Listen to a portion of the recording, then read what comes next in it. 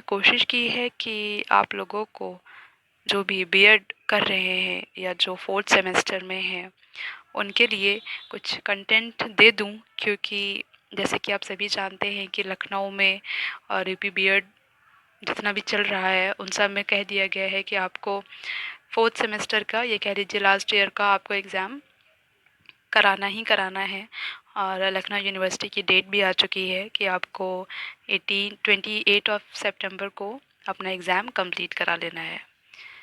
तो उसी के चलते वाइवा भी कभी भी हो सकता है, इसकी डेट कभी भी आ सकती है।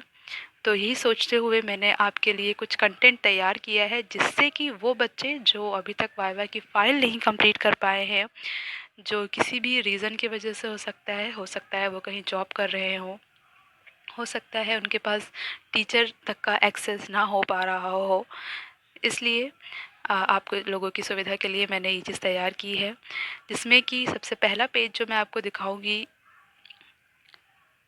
वो पेज है चेंजेस जो भी किए गए हैं यूनिवर्सिटी के थ्रू। कि पहले आपको इतनी हेडिंग्स की एक फ़ाइल तैयार करनी थी, लेकिन अब इसमें कुछ हेडिंग्स ऐड कर दी गई हैं क्योंकि आपको टाइम भी बहुत ज़्यादा मिल गया है। तो इसको ध्यान में रखते हुए, जैसे कि पहली हेडिंग है एक्नॉलेजमेंट की, मैं उसको आपको अपना कंटेंट देने की कोशिश कर रही हूँ जो मेरे पास अवेलेबल था हैंड रिटन। तो हम उस तरफ बढ़ते हैं।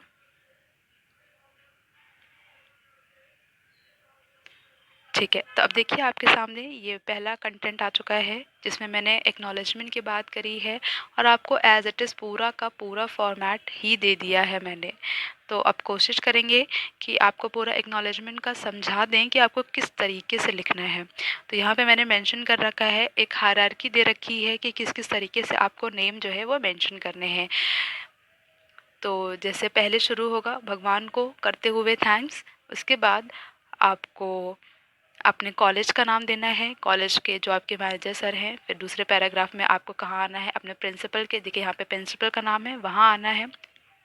और ऐसे करते करते फिर आप अपने एचओडी का नाम डालेंगे और फिर नेक्स्ट पैराग्राफ में आप अपने मेंटर का नाम डालेंगे। मैंने यहाँ पे टीचर मेंशन किया, you can also use the word like mentor और लाइक गाइड, और वहाँ पे उनका कंप्लीट नेम देंगे। फिर नीचे आते आते आप अपने वो वाले मैनेजर सर को थैंक्स बोलेंगे जहाँ पे आप इंटर्नशिप कर रहे थे। सेम हायरार्की चलेगी, पहले मैनेजर सर, देन प्रिंसिपल, उसके बाद जो कोई भी हैं आपके नॉन ऑफिशियल स्टाफ हो गए या आपके ऑफिशियल स्टाफ हो गए, और जो कोई भी वहाँ का स्टाफ था पूरा का पूरा वो आ जाएगा। उसी को ध्यान में रखते हुए आगे की लाइंस में हम अपने पेरेंट्स का धन्यवाद करेंगे और साथ ही साथ अपने फ्रेंड्स का भी धन्यवाद करेंगे। ये देखिए यहाँ पे फ्रेंड्स के नाम आया है, फ्रेंड्स का धन्यवाद करेंगे और कोशिश करेंगे कि सभी लोग जिन्होंने कहीं ना कहीं से हमारे इंटर्नशिप में हमें सहायता की है उसका नाम यहाँ पे हम मेंशन कर सकें। तो अब ये एक पेज हो जाता है किसका, एक्नॉलेजमेंट का। अब नेक्स्ट पेज, तो दोस्तों नेक्स्ट आपका आ जाता है लिस्ट ऑफ हॉलीडेज़। यहाँ पर भी आपको सब कुछ वैसे ही मेंशन करना पड़ेगा कि आपकी जो इंटर्नशिप ड्यूरेशन में कौन कौन से हॉलीडेज़ आए थे, वो आपको with date and with the name of the holiday, whether it is a festival और a DM order, you have to mention it all here. जैसे कि अब 9 जनवरी को डीएम ऑर्डर लगा था आपके स्कूल में क्लास 8 तक, तो आपको वो डेफिनेटली मेंशन करना पड़ेगा विद क्लास। इसी तरीके से आपके यहाँ फेस्टिवल था मकर संक्रांति, तो आपको सबसे पहले आप डेट मेंशन करेंगे और साथ ही साथ मकर संक्रांति मेंशन करेंगे। अब हम लोग नेक्स्ट पेज पे चलते हैं। नेक्स्ट पेज पर हम लोग बात करेंगे किसकी, सिलेबस कवर्ड बाय इंटर्नी की। अब इंटर्नी आप बन के वहाँ गए हैं तो डेफिनेटली आपने कुछ पढ़ाया ही होगा उन 3 मंथ में या 4 मंथ में, जो भी आपकी ड्यूरेशन रहेगी आपकी यूनिवर्सिटी की तरफ से, वो आपको बता दिया जाएगा बाय योर टीचर, और बता दिया गया होगा अब तक। तो हम आते हैं, जैसे कि मान लीजिए किसी बच्चे ने क्लास 6, 9th और 11th ले रखा है। अब 6 में अगर आप ज्योग्राफी पढ़ाते तो डेफिनेटली आपको ये तीनों नाम या चौथा नाम या पांचवा नाम, जितने भी आपने टॉपिक्स कवर करवाए हैं, topics in the sense chapters cover कराए हैं, वो आपको मेंशन करना ही पड़ेगा। बाकी भी आपको ऐसे ही हर क्लास में विद सब्जेक्ट और विद द चैप्टर नेम आपको मेंशन करना ही पड़ेगा। नेक्स्ट हम आ जाते हैं अब इंटर्नी के टाइम टेबल पे। आपको पूरी टाइम टेबल की डेफिनेटली थ्योरी लिखनी पड़ेगी ही पड़ेगी। उसके बाद आपको अपना सा एक टाइम टेबल बनाना पड़ेगा, जिसमें आप एक टाइम टेबल का फॉर्मेट लेंगे और उसमें आप अपने, जैसे कि आपने फर्स्ट पीरियड में क्या पढ़ाया और किस क्लास को पढ़ाया, थर्ड में आपने क्या पढ़ाया या सिक्स में आपने क्या पढ़ाया। मेजरली बेटा ये इसलिए बनाया जाता है जिससे कि अगर कोई ट्रिकी क्वेश्चन आता है कि अच्छा आप सिक्स्थ में आप भी पढ़ा रहे थे और सिक्स्थ में ही फिफ्थ पीरियड में दूसरा बच्चा भी पढ़ा रहा था, जो कि हो सकता है कभी कभी एक स्कूल में दो या तीन इंटर्नी इकट्ठा आ जाते हैं और वो बाय चांस कभी कभी दिखा देते हैं ऐसे कि सिक्स्थ में फिफ्थ क्लास में हमने भी पढ़ाया और सिक्स पीरियड में फिफ्थ क्लास में हमने भी पढ़ाया, तो एग्जामिनर्स कई बार ट्रिक कर जाते हैं।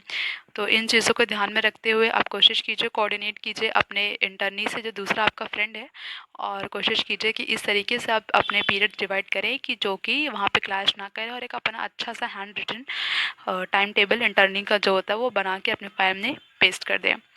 तो दोस्तों अभी के लिए सिर्फ इतना ही मैं बता रही हूँ। अगर आपको लगता है कि ये जो मेरा मैटर है वो आपको यूज़फुल लग रहा है और आपको लग रहा है कि आने वाले वाइवा का टाइम अब बहुत कम रह गया है, आपकी फ़ाइल नहीं प्रिपेयर है और आपको चाहिए कुछ मैटर, देन डेफिनेटली आप मुझे बता सकते हैं, आप कमेंट कर सकते हैं नीचे, और आप प्लीज़ लाइक कीजिए मेरे वीडियो को, और जितना ज़्यादा से ज़्यादा हो सके अगर आपकी क्वेरीज़ हैं वो आप प्लीज़ कमेंट बॉक्स में पोस्ट कीजिए, और मैं कोशिश करूँगी कि आपको एटलीस्ट जितना भी प्रैक्टिकल पोर्शन है बीएड इंटर्नशिप फाइल का वो मैं आपको प्रोवाइड करा सकूं, ताकि जो भी नहीं है नहीं जिनके पास अवेलेबल है मैटर और जो नहीं कर सकते टाइम पे, उनका काम एटलीस्ट इतना तो हो ही जाए कि वो प्रेजेंट कर सकें अपने अपना वाइवा।